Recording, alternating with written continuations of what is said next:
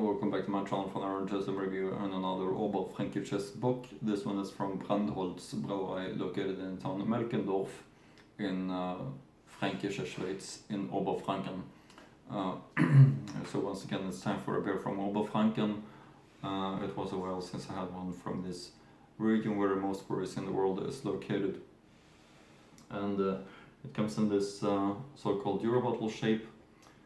As you can see, no back label, and here is the crown cap, which is pitch black with no print on it, and it's quite popular bottle shape for many small breweries like this one in the area. It's also quite new brewery. Usually I'm not having new breweries on the channel because I like one thing that I like about reviewing is speaking about the history. And I also like, when I enjoy beer, to get the historical feeling that it's a beer that many generations have been enjoying before. So that part is important for me.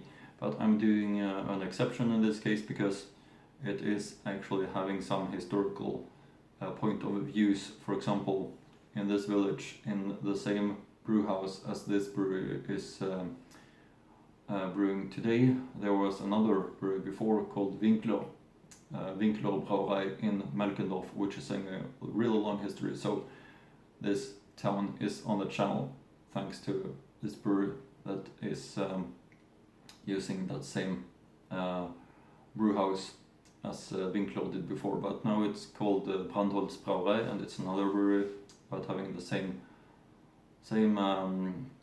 location and same building.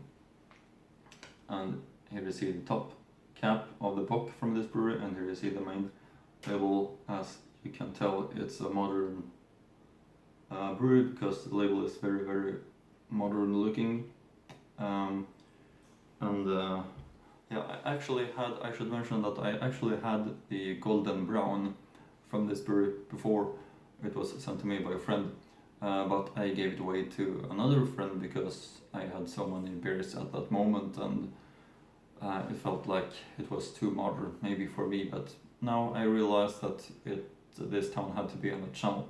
So I got this one from another friend, and it was only the Bock available, not the golden brown, which I would prefer. But because I'm not a really big fan of Bock beers, I think they are maybe too strong. But let's anyway open this one up.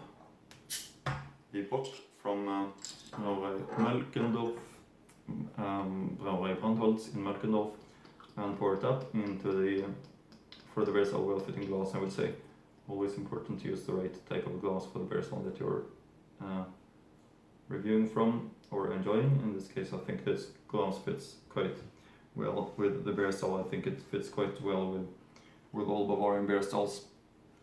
Actually, let's take another look at the label while we are waiting for the foam to sink down. Looking like this, black, white and golden. And it says Brandholz Brauerei, Fränkisch Traditionell Bräuhaus Melkendorf. Established 2018. Zutaten: Wasser, Gerstenmalz, Hopfen, Hefe. Brandholz Brauerei 96123 Litzendorf, Melkendorf. That's the information on the label. Alcohol content 7.2% volume. So it's very typical alcohol content for this beer style, a Bock, which is seasonal, brewed in general in the maybe I think winter time when the Weihnachtsfestbier and the Bock beers are coming. I think it's a seasonal one. And that's also because it's stronger. That's something that you traditionally need in the winter time. Something that is strong and that is like warming you up. That's I think the reason for why the Bock beers are stronger compared to the normal lagers, which are around 5% of alcohol content. I don't know the story behind why it's called Bock beer, by the way. But let's get the aroma. Which is very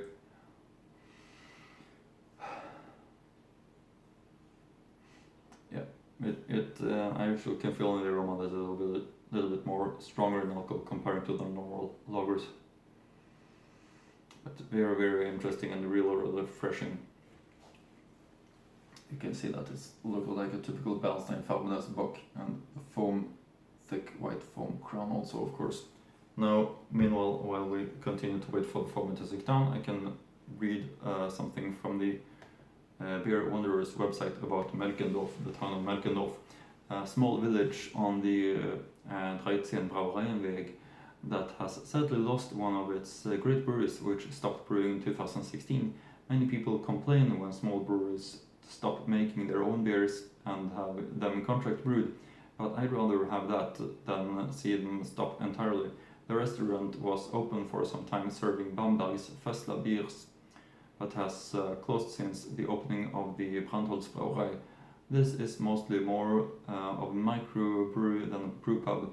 They do open for events, so best to check the website to see if they will be open for you when you are passing through the area. Brauerei Winkler. Yeah, I think there is maybe time to read a little bit about that. There we have it in the glass, most of it at least, looking beautiful, doesn't it? Like it should be, with a foam head. I can, by the way, show you the look of the brewery, but now it's gonna call the Brauerei Winkler in this book because it's an older book, but it's the same building, as I mentioned, same building, but a new brewery in the same building from this book. And here you can see Brauerei Winkler in Melkendorf. It looks like a typical Franconian brewery. Winkler Melkendorf, founded 1889. Very sad that they are not brewing anymore, because I bet that it was really, really a fantastic one that they had. So there we have it all into the glass. The Bock from Melkendorf and the Brandholz Brauerei, looking really perfect, isn't it? Put the bottle right here. You can see the foam head. So let's give it a try. The Brandholz Brauerei Bock from Melkendorf. Prost!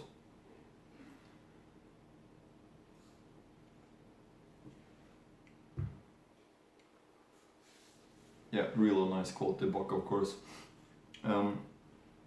It really get something special with its strength, just the way Bock should be, in my opinion.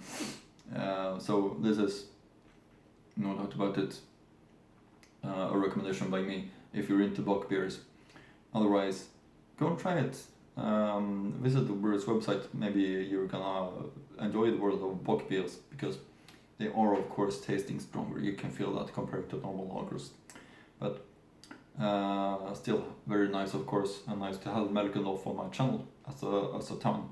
I think that's it for now. Hope like my videos, and see you again in next hour in beer review.